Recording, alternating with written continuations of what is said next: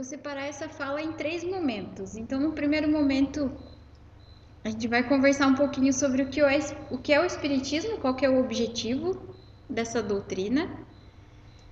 No segundo momento, explicar o porquê dessa pergunta. E no terceiro momento, falar um pouquinho sobre as leis morais e o que elas têm a ver com tudo isso. Então, assim, eu não sei se aqui todos já são espíritas há bastante tempo, ou tem quem esteja conhecendo ainda, quem está na casa pela primeira ou pelas primeiras vezes, se for o caso, muito bem-vindos. O Espiritismo, ele é uma doutrina que foi codificada por Allan Kardec. E, assim, às vezes a gente olha os livros, a quantidade de livros que tem, a quantidade de conteúdo, são 5 obras básicas, mais 12 volumes da Revista Espírita. E a revista, normalmente a gente conhece aquelas revistas que a gente folheia e é rapidinho, mas esse não, cada volume é um trambolhão e são 12. Então, parece que, assim, de cara assusta, porque é bastante conteúdo, mas não tenho pressa. Degustem esse conteúdo, porque acho que vai chegar a vida inteira. Eu não sei se a gente vai conseguir conhecer tudo assim de coração, né? Então, o pouquinho que a gente conhecer, o pouquinho que a gente tiver contato, é importante que a gente deixe esse conhecimento mexer com a gente, ver o que ele movimenta em nós, né? Mas basicamente, quais são os objetivos da doutrina espírita, do espiritismo? Os princípios básicos.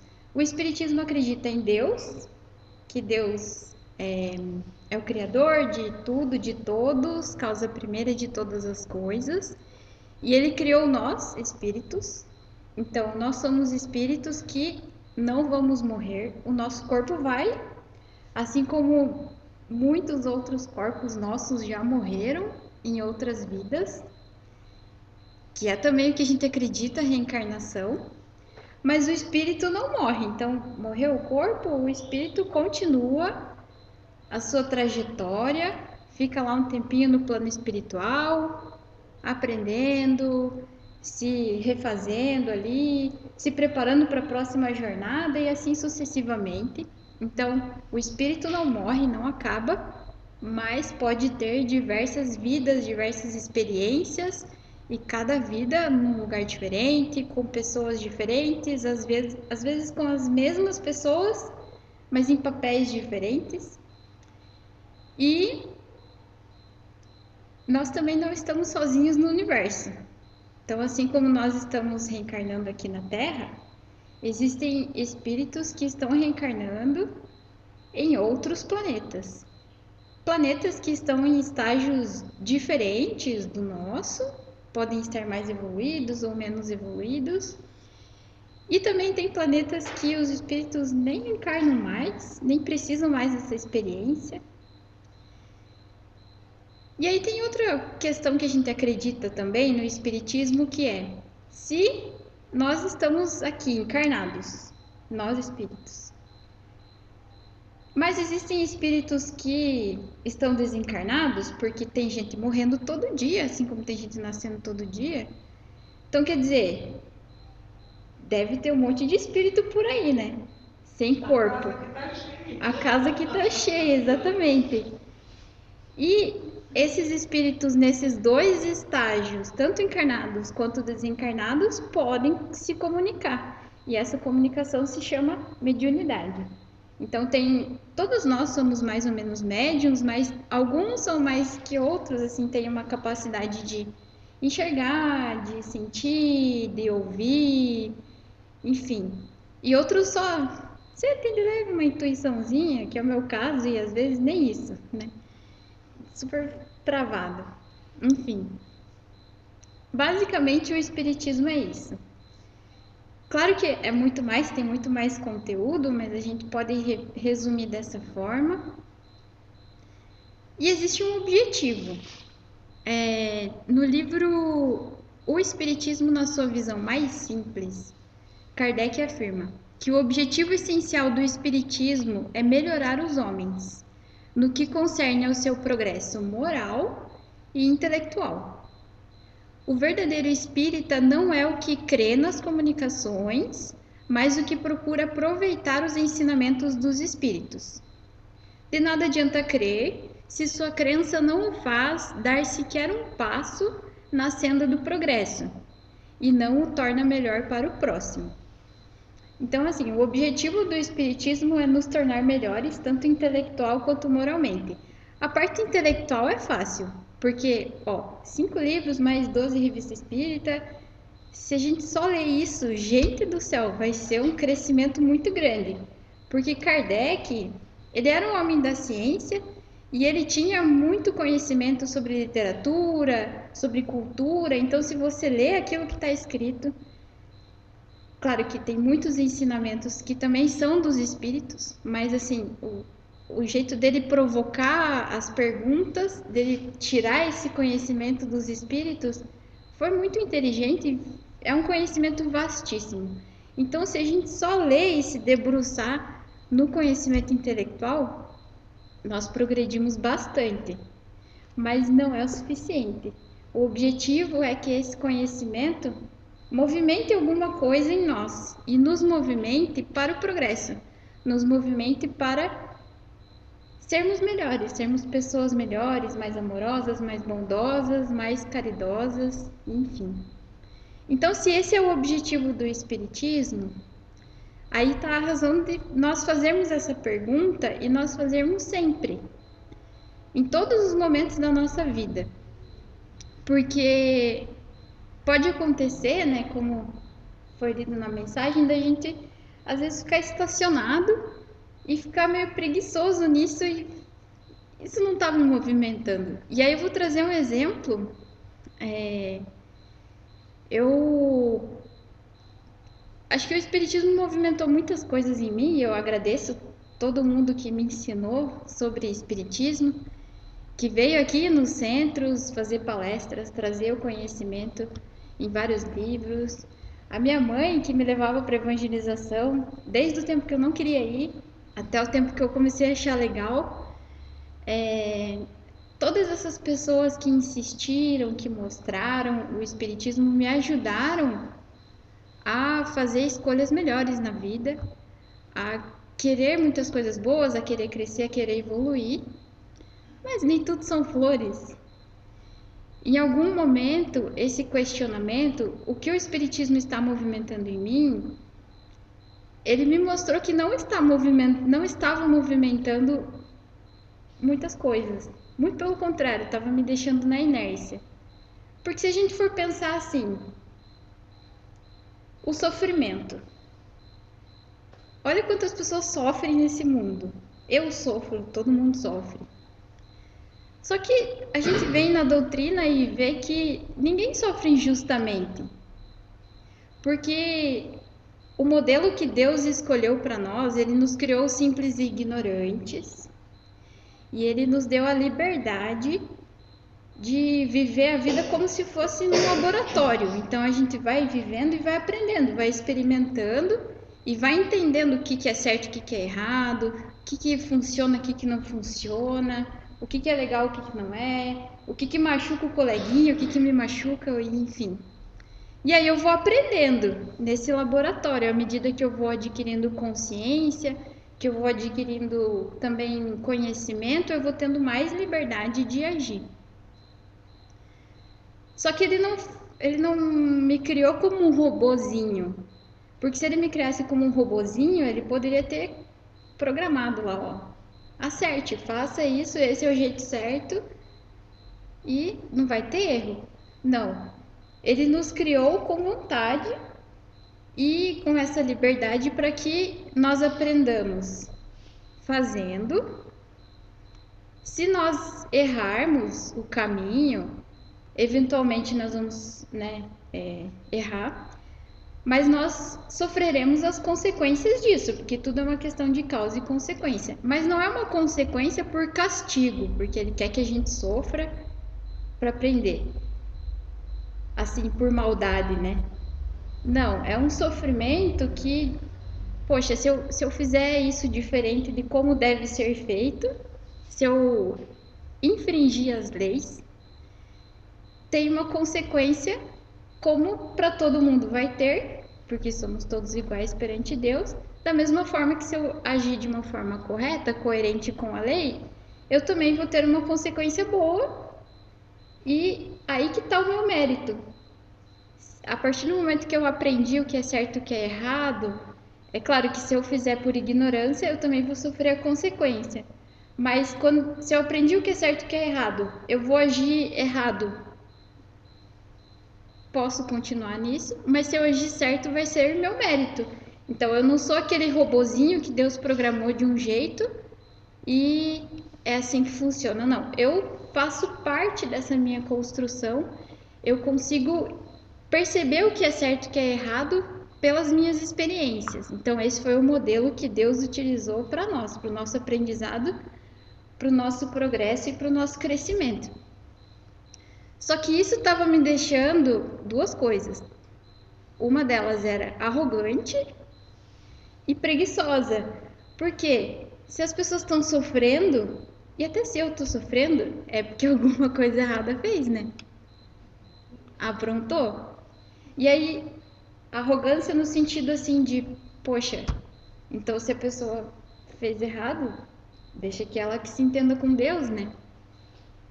E preguiça porque, poxa, se a pessoa tá sofrendo, então Deus tá ali, né? Ela tá se redimindo com Deus, tá aprendendo, tá passando pela lição dela, beleza, eu não preciso me envolver com isso. Tá tudo certo. Eu pensei, não é possível, né? É claro que depois que passa, as coisas ficam mais claras, mas na hora a gente vai indo naquele movimento e não percebe. E aí veio a pandemia. Uma coisa bem interessante que aconteceu é que acho que foi um momento difícil para todo mundo, né? Trouxe sofrimento para todo mundo de formas diferentes. Mas para mim, no começo eu fiquei numa situação muito confortável porque, poxa, enfrentando um trânsito todo dia para ir pro escritório, daí de repente fica trabalhando de casa, era uma situação muito confortável, era muito gostoso não precisar sair, não precisar me estressar no trânsito, não precisar, no caso, na época eu morava numa cidade grande, então era 30 minutos para chegar no escritório, e aí 30 minutos para voltar, às vezes tinha muito congestionamento. Eu, poxa, nossa, que legal essa situação, né? Só que o mundo tava um caos. E eu tava me sentindo confortável no meio do caos.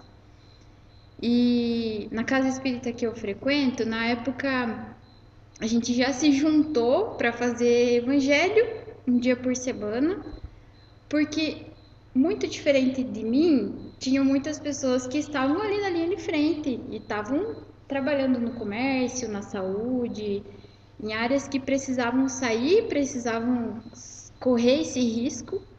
E hoje nós estamos um pouco mais confortáveis com a situação porque nós já temos mais informação, nós já nos adaptamos a todas as mudanças que estão acontecendo, já temos acesso à prevenção, então a gente respira um pouco mais aliviado. Na época era um caos, ninguém sabia de nada, então tinha muito sofrimento acontecendo. E a gente chegava nesses dias para ler o Evangelho em grupo. E as pessoas que estavam passando por esse sofrimento desabavam, traziam para o grupo aquilo que elas estavam sentindo e eram situações realmente muito tristes, muito desesperadoras. E tinham pessoas no grupo que, assim, pegavam a mensagem do evangelho e faziam uma costura com aquilo que a pessoa estava falando de uma forma tão consoladora, de uma forma assim, pegava a pessoa, parece que no colo, acolhia, sabe? Fazia realmente a pessoa se sentir bem. Você não tá sozinho, nós estamos com você, a espiritualidade amiga tá com você, Deus, né? E aquilo era muito bonito, muito tocante, de um modo que virtualmente a gente sentia esse amor, esse acolhimento. E eu pensei, cara, eu não consigo fazer isso. Eu não consigo, primeiro, sentir a dor do outro, como as pessoas estão sentindo, e acolher dessa forma tão rápida, porque a pessoa já estava acolhendo, já estava abraçando, já estava ali, e eu ainda estava, o que está acontecendo, né? E foram assim por vários dias, e até que eu expus isso para o grupo, e foi muito legal que eles me falaram que, na verdade, esse acolhimento, ele é uma prática. Então, a gente vai se adaptando a ouvir o outro, a gente vai treinando sentir a dor do outro, por mais que isso não, às vezes, a gente nunca tenha passado por aquilo. No começo vai ficando um pouco mecânico, um negócio que você tem que insistir, mas chega uma hora que flui. Então, beleza, isso é um exercício, né? E um tempo depois, eu passei por uma situação de luto. E aí eu consegui sentir a dor das pessoas, porque eu estava vivendo aquilo. E aí consegui me conectar com milhares de pessoas todos os dias, porque todos os dias estavam desencarnando milhares de pessoas e eram milhares de famílias que estavam desoladas, que estavam tristes, que estavam com saudade, perdidas, angustiadas como eu estava. E isso foi bom no sentido de poder me conectar em humanidade com essas pessoas, com essa dor, mas também me deixou assim, poxa, será que eu vou ter que passar pelo sofrimento para sentir a dor do outro? Porque tem dores que nem que eu queira na minha vida eu nunca vou passar. É muito tipo de sofrimento diferente acontecendo no mundo, então como é que a gente estabelece essa ponte, né? E tudo isso juntando com aquela trava, assim, aquela arrogância, né? De tipo, poxa, o sofrimento, ele tá acontecendo, mas ele precisa acontecer. E aí fica o dilema. O sofrimento precisa acontecer, mas ao mesmo tempo nós precisamos trabalhar para extinguir o sofrimento. Eu não tô entendendo, né? Fica um negócio assim. E aí teve um texto do Evangelho segundo o Espiritismo que me ajudou a resolver esse dilema. Ele está no capítulo 8, Bem-aventurados os que têm puro coração, na parte de escândalos, se a vossa mão é motivo de escândalo, cortai-a. E aí eu quero ler 3 pedacinhos desse item para a gente pensar junto. Kardec está comentando a fala de Jesus, né? É preciso que haja escândalo no mundo, disse Jesus, porque imperfeitos como são na terra, os homens se mostram propensos a praticar o mal. E porque árvores más só maus frutos dão. Deve-se, pois, entender por essas palavras que o mal é uma consequência da imperfeição dos homens, e não que haja para estes a obrigação de praticá-lo. Então, quer dizer, o mal, ele precisa existir, mas não que nós tenhamos a obrigação de praticá-lo.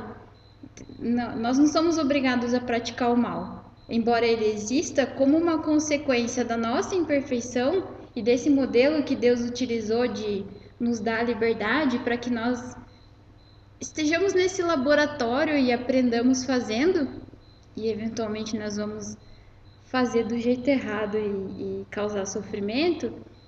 Esse sofrimento ele não é obrigatório existir. Se a gente, sei lá, optar, conseguisse, né? Eu não sei como consegue isso, mas se a gente conseguisse só acertar, não existiria sofrimento, não existiria o mal, né? E aí Kardec continua. É necessário que o escândalo venha porque, estando em expiação na terra, os homens se punem a si mesmos pelo contato de seus vícios, cujas primeiras vítimas são eles próprios e cujos inconvenientes acabam por compreender. Quando estiverem cansados de sofrer devido ao mal, procurarão remédio no bem. A reação desses vícios serve, pois, ao mesmo tempo, de castigo para uns e de provas para outros. É assim que do mal tira Deus o bem e que os próprios homens utilizam as coisas más ou as escórias. Então, é como se fosse nós estamos errando, porque estamos nesse laboratório e alguém precisa expiar alguma situação que já errou no passado. Então, já que vai acontecer aqui, já que precisa acontecer aqui, essas duas situações se juntam, se aproveitam ali, né? Mas e se o mundo não fosse mal? Se todo mundo fosse bonzinho e a pessoa precisasse espiar? Então, quer dizer, o mal precisa existir, né? Para que essas pessoas possam espiar. Aí Kardec continua. Sendo assim, dirão, o mal é necessário e durará sempre, porquanto se desaparecesse, Deus se veria privado de um poderoso meio de corrigir os culpados. Logo, é inútil cuidar de melhorar os homens, já que a gente precisa do mal. Então, para que melhorar? Deixando, porém, de haver culpados, também desnecessários se tornariam quaisquer castigos. Suponhamos que a humanidade se transforme e passe a ser constituída de homens de bem. Nenhum pensará em fazer mal ao seu próximo e todos serão ditosos por serem bons. Tal a condição dos mundos elevados, donde já o mal foi banido. Tal virá a ser a da terra, quando houver progredido bastante. No entanto, ao mesmo tempo que alguns mundos se adiantam, outros se formam, povoados de espíritos primitivos e que, além disso, servem de habitação, de exílio e de instância expiatória a espíritos imperfeitos, rebeldes, obstinados no mal, expulsos de mundos que se tornaram felizes. Então, quer dizer,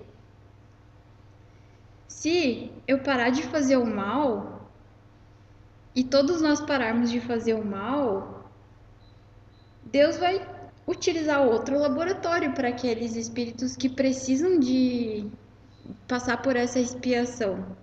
Então a gente não precisa se preocupar em extinguir o mal.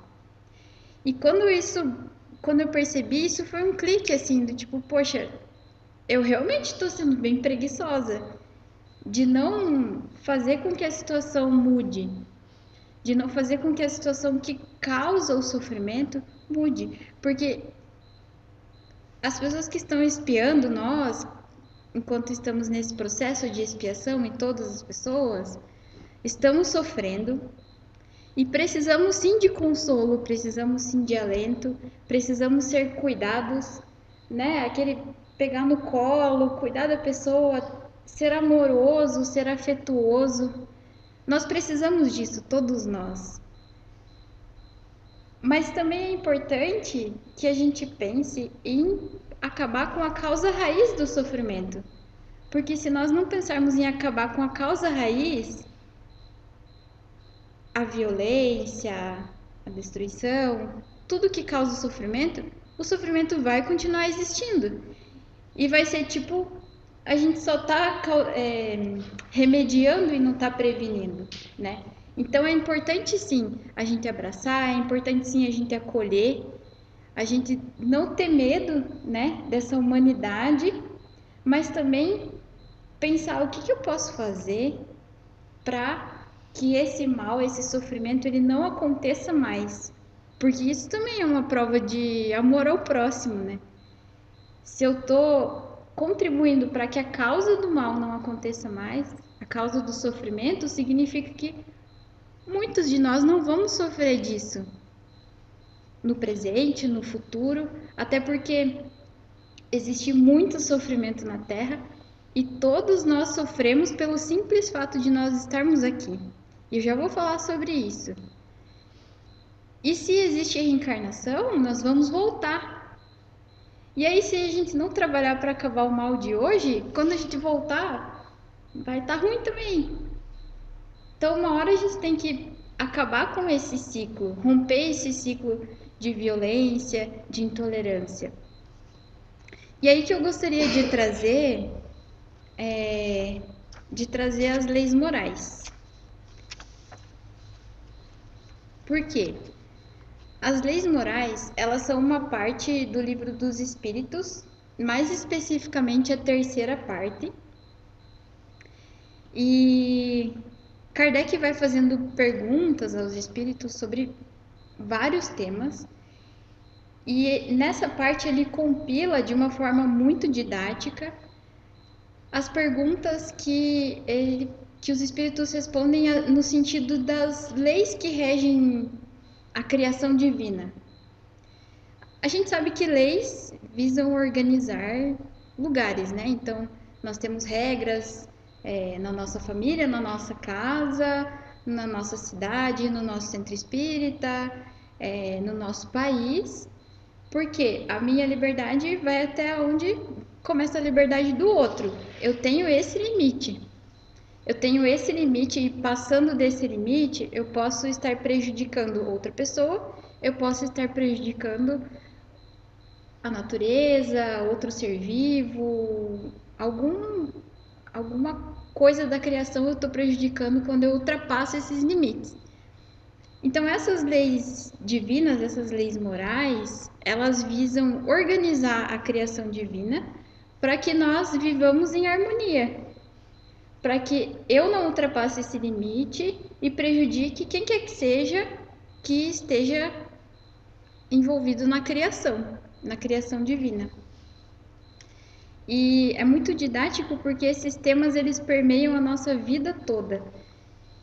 E lá no comecinho, uma das primeiras perguntas desse capítulo, os espíritos falam que o homem é infeliz quando se afasta da lei divina. Então, eu estou descumprindo essa lei, eu estou descumprindo essas regras, eu sou infeliz, eu acabo trabalhando pela minha infelicidade. E infelicidade é sofrimento. Então, quer dizer, o fato de nós estarmos sofrendo, nós, enquanto espíritos que habitam esse mundo, esse planeta, é porque nós estamos nos distanciando dessa lei, infringindo essa lei. Então, conhecer o que está escrito nessa partezinha do livro é bem importante para a gente perceber onde que a gente está errando, né? O que está acontecendo, o que a gente pode fazer para ir contra esse sofrimento, para acabar com a causa raiz. E aí, ir aos poucos extinguindo o sofrimento. E como são leis assim que permeiam a nossa vida toda, eu gostaria de trazer elas assim de uma forma bem rapidinha, mas fazer um exercício de confrontar com alguns problemas que a gente tem na nossa sociedade, na nossa vida, que são problemas que atingem todos nós. Alguns problemas não atingem nós diretamente, mas atingem pessoas que nós gostamos, que nós amamos, que estão próximos e que, se não estão próximos, pelo menos estão próximas em humanidade, porque são nossos irmãos. Então, eu vou começar pela lei do trabalho. O trabalho é basicamente toda ocupação útil é trabalho. E nós vemos que na nossa sociedade o trabalho ele tem esse intuito de não só nos ocupar, mas também eu trabalho, eu consigo dinheiro em troca, e aí com esse dinheiro eu consigo sobreviver. Então ele tem um papel bem importante nesse sentido da minha sobrevivência, enfim. Só que tem muitas pessoas que não têm emprego remunerado, assim. Pode até ter uma ocupação útil, mas não estão ganhando dinheiro por isso e por não estarem ganhando dinheiro não conseguem sobreviver, se alimentar direito, enfim. Nós temos esse problema. Temos o problema também, que é o trabalho infantil, que em alguns lugares ainda acontece. Então a criança ela tem nessa fase que o espírito tá ali no corpo de criança, uma criança que nasce não sabendo andar, não sabendo comer direito, não sabendo falar, ela vai aprendendo aos poucos, então muitas coisas ela também não sabe e tem a oportunidade de aprender diferente. Então por isso que a criança ela vem já zeradinha ali, aparentemente, o espírito tá ali, o espírito milenar, sabe muita coisa, não perdeu tudo que aprendeu, não perdeu as habilidades, mas naquele momento ele está ali pronto para aprender uma folha em branco, pronto para aprender várias coisas. E muitas crianças não têm essa oportunidade de viver essa infância, esse aprendizado, porque estão trabalhando. A mesma coisa acontece com o trabalho escravo, só que daí não é só na infância, é na vida toda.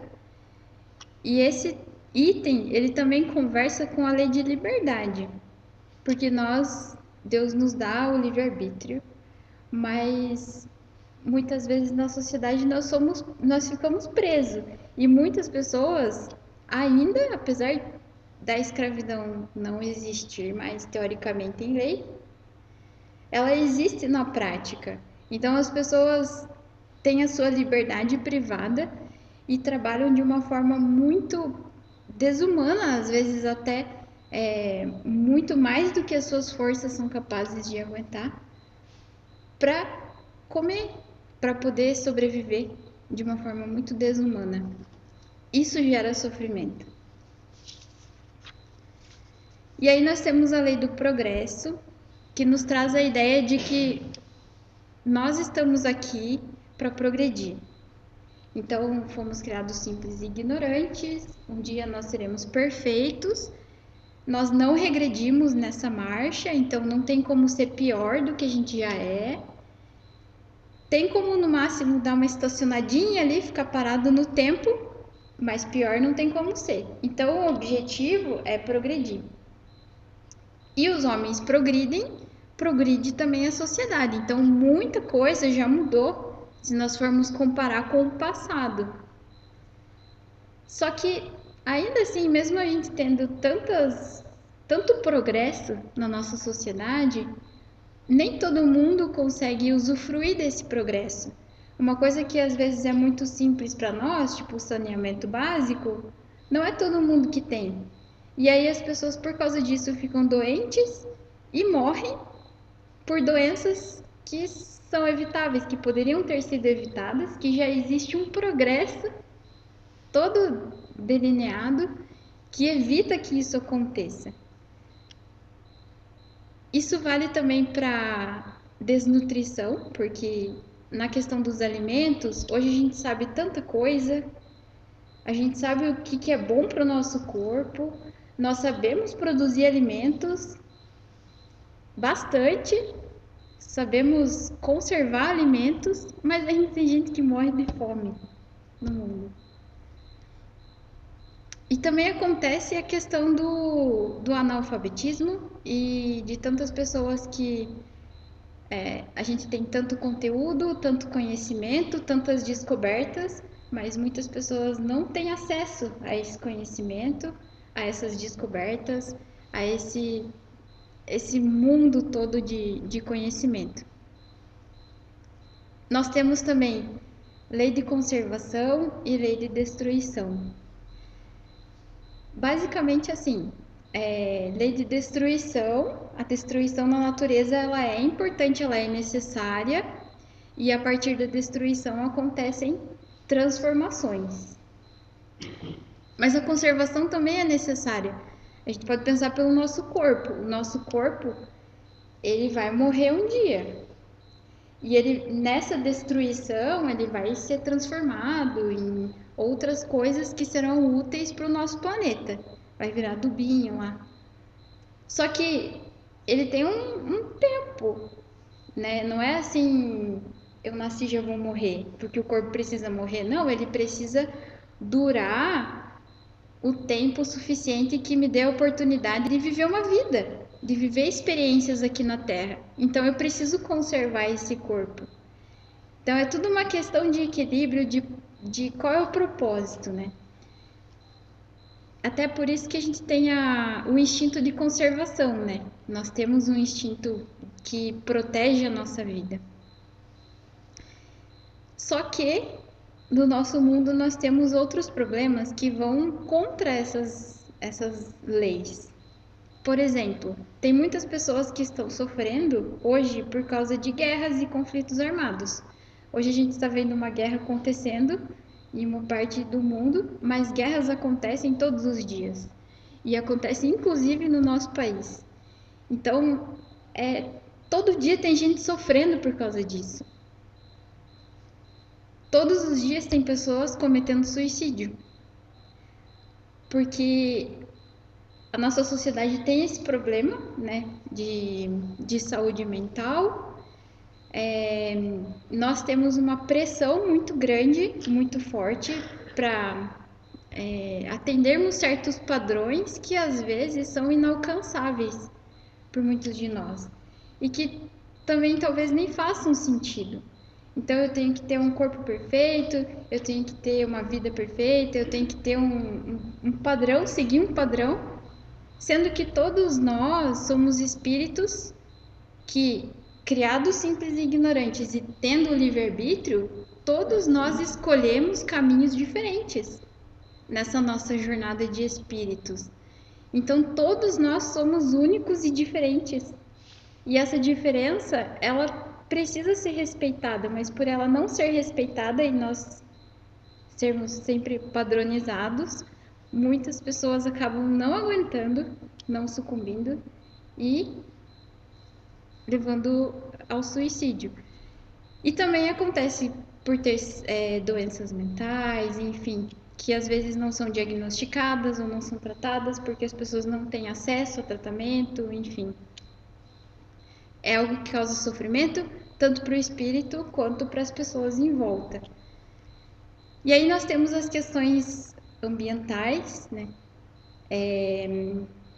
Desmatamento, erosão do solo, aquecimento do planeta, a destruição da biodiversidade, que é super importante para a manutenção de vidas complexas como a nossa. Então, a destruição que acontece, né? A extração de animais, de recursos, numa velocidade muito intensa e muito mais rápido do que a natureza consegue repor, faz com que essas espécies vão se extinguindo, elas não têm fôlego para se reproduzir e se manter. E aí essas vidas vão acabando, vão morrendo e a qualidade da nossa vida também vai diminuindo, porque aí a gente já, né, o aquecimento global ele vai potencializando, vai acelerando, a qualidade da nossa água não é mais a mesma. Os alimentos, se o solo está improdutivo, não produz alimento, se não produz alimento, nós não comemos, então isso tudo gera sofrimento. E aí a gente tem a questão também da lei de igualdade, que Deus nos criou simples e ignorantes iguais, e apesar de sermos diferentes em nossas habilidades, em nossas aptidões e em nossas histórias, nós somos iguais para Deus. Deus nos trata todos como filhos, submetidos à mesma lei. Isso também fala muito sobre a lei de justiça, de amor e de caridade. E também existe a lei da adoração, que é eu reconhecer Deus como esse Criador. E existem várias formas de nós enxergarmos Deus, a doutrina espírita, né? Tem a sua forma, a sua maneira, tá lá no comecinho do Livro dos Espíritos, é bem interessante, mas vamos com calma, porque também entender Deus é difícil, eu ainda não entendi muito bem, mas a gente acredita. Mas enfim, as diferentes religiões têm diferentes jeitos de enxergar Deus, de se comunicar com Deus, de entender Deus. Tem religiões que acreditam em espírito, tem religiões que não acreditam, tem religiões que acreditam em outras coisas que a gente não acredita. E tá tudo bem, mas existe muita intolerância religiosa ainda. De a gente tá aqui em paz hoje, tranquilos, professando a nossa fé, conversando sobre a doutrina espírita, mas tem muitos lugares que não podem fazer isso em paz, que a pessoa não pode se denominar como seguidora de determinada religião, porque corre risco de ser agredida ou de ser morta. e de não poder fazer cultos assim como nós fazemos em paz, com tranquilidade, porque tem os seus lugares vandalizados, depredados, enfim. Isso gera sofrimento. Aí nós temos as violências contra as minorias, né? Contra as mulheres, o grupo LGBTQIA+, o preconceito contra negros, a não inclusão das pessoas que são portadoras de necessidades especiais. E tudo isso gera sofrimento, bastante. E temos também a lei de reprodução, que a gente pode pensar, né? A reprodução ela é importante para a continuidade da espécie. Então, se hoje temos gatos e cachorrinhos bonitinhos, é porque eles estão se reproduzindo. Se nós estamos aqui, é porque, obrigada mãe, nós estamos nos reproduzindo. Se a gente parar de reproduzir, acabou a espécie. Então, a continuidade é importante, até porque se a gente quiser voltar, tem que garantir que vai ter ser humano. A questão é, como que a gente trata as pessoas que reproduzem, as mulheres?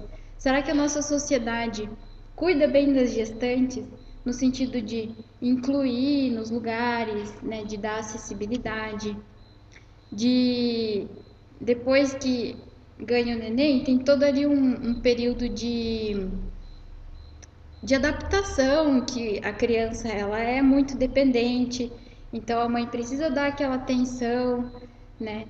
A mãe, o pai, quem tiver, alguém precisa dar atenção para aquela criança, mas será que essas pessoas que estão envolvidas nesse processo da reprodução, desde o momento da gestação ali, até depois, até que a criança fique independente, será que nós, enquanto sociedade, estamos dando suporte para essas pessoas? Porque tem muitas mães que não conseguem deixar de trabalhar no período ali inicial que a criança nasceu. É um período que precisa de dedicação, a mulher está cansada, porque é muita coisa para fazer, é um ritmo diferente. E muitas mulheres ainda precisam trabalhar, porque se não trabalhar, não come, não se alimenta, não se sustenta. E precisa estar bem para cuidar de uma criança. Mas quanto os hormônios, né, nesse processo faz uma bagunça, será que a gente está dando suporte emocional, afetivo para essas mulheres enquanto sociedade? Será que nós estamos dando esse espaço? Será que nós estamos contribuindo para que seja um processo tranquilo? Então, são muitas questões que a gente precisa pensar enquanto sociedade, e aí vem a lei de sociedade, porque se nós somos diferentes em nossas aptidões, e esses problemas eles são muitos, e eu nem falei de todos, é impossível que eu sozinha ou que vocês sozinhos resolvam todos esses problemas. É impossível mesmo.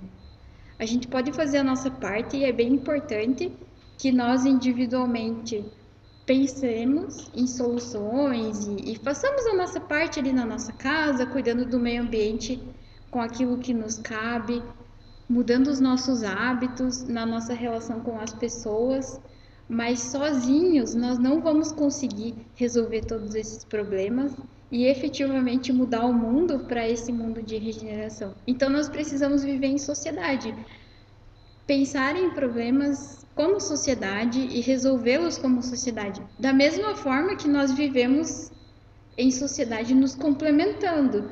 Algumas pessoas fazem o pão, que a gente vai lá na padaria e compra, outras pessoas plantam o trigo, outras pessoas cuidam das galinhas, outras pessoas cuidam da economia, outras pessoas cuidam da cidade.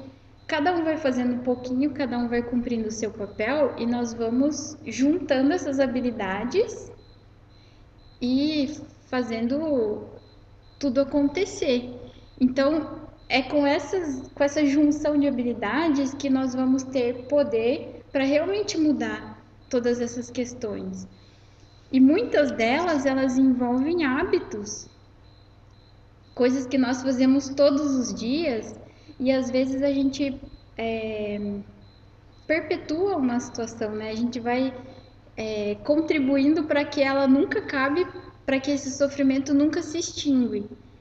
A questão do preconceito é algo que é muito forte na nossa sociedade e, e tá em coisas pequenininhas, tá em piadinhas que a gente faz, tá em termos que a gente usa que deixa normalizado que um grupo, uma minoria, não é normal, não pode ser aceita, enfim. E aí isso numa forma muito mais radical, né? Juntando esses muito pouquinhos, vão trazendo as violências que a gente conhece. Então é importante que a gente perceba quais são essas atitudes que a gente pode mudar para ir aos poucos mudando essa estrutura. E se eu não sei o que é que eu preciso mudar, porque também tem tanta coisa para fazer, né? A gente cada vez tem menos tempo. Quem é que sabe? Quem é que está estudando sobre isso? Quem é que está falando sobre isso? Quem é que está vivendo na pele esses preconceitos? Quem é que está vivendo esse sofrimento e pode nos falar o que a gente deve fazer? O que a gente deve mudar? E aí que tá o bonito de viver em sociedade. É nós unirmos as nossas forças. Então aquilo que eu não sofro é aquela situação que para mim tá confortável. Eu não sei que existe o problema. Vamos ouvir outras pessoas e ver o que elas têm para nos dizer. Para que aí eu consiga exercitar essa empatia, essa compaixão e entender o que eu preciso fazer. Entender o lugar que eu estou é bem importante, porque muitas vezes eu estou no lugar da pessoa que está sofrendo a violência e não sabe, e podia viver uma vida muito melhor, podia viver uma vida com muito mais qualidade. E se eu me informo, se eu entendo que aquilo que eu estou passando é uma violência, eu consigo romper com isso, consigo pedir ajuda e viver uma vida com mais qualidade. Mas eu também posso estar no lugar da pessoa que reproduz esse comportamento, que reproduz esse sofrimento e posso fazer parte da solução. Posso contribuir para que isso não aconteça mais. E às vezes eu não sou parte do problema, eu não estou fazendo, não estou contribuindo para esse sofrimento, mas eu tenho uma vida muito tranquila nesse sentido e eu tenho voz, que é aquilo que muitas pessoas não têm. Então, o que eu posso fazer com esse meu privilégio? Com esse privilégio que eu tenho e que outras pessoas não têm? Qual que é o meu papel? O que eu posso movimentar com isso? Então, entender onde nós estamos, qual é o nosso lugar, é muito importante. E o Espiritismo ele nos ajuda nesse sentido de nos dar instrumentos, de nos capacitar, de nos abrir os olhos, de nos preparar intelectualmente para que a gente enxergue essa situação e até enxergue como é que poderia ser, qual que é o ideal. Ali eu digo que as leis morais é uma receitinha para a felicidade, literalmente. É só seguir que a gente vai ser feliz. Mas a gente não vai conseguir ser feliz individualmente. Então nós temos que movimentar isso juntos.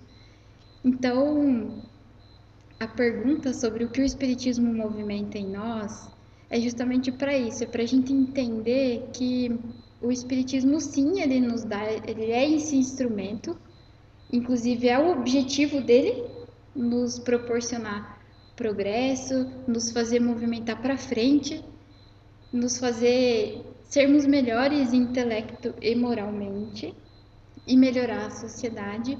Mas como ele tem me movimentado? Será que ele está me movimentando para coisas boas? Ou será que eu ainda preciso pensar de uma forma diferente, pensar no ouvir outros pontos de vista, ouvir outras pessoas, e ler outras coisas que façam conexões para que esse conhecimento realmente me movimente para o progresso.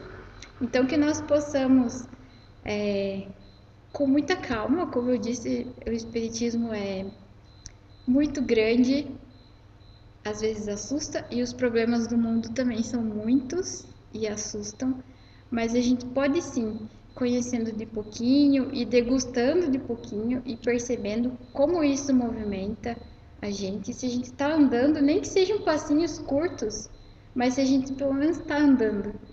E que nós possamos ter fé em Deus, que Ele está conosco nesse processo, que quando a gente se movimenta, as, as portas abrem, né? Ajuda-te que o céu te ajudará e que nós possamos fazer isso juntos e com muita alegria. Muito obrigada.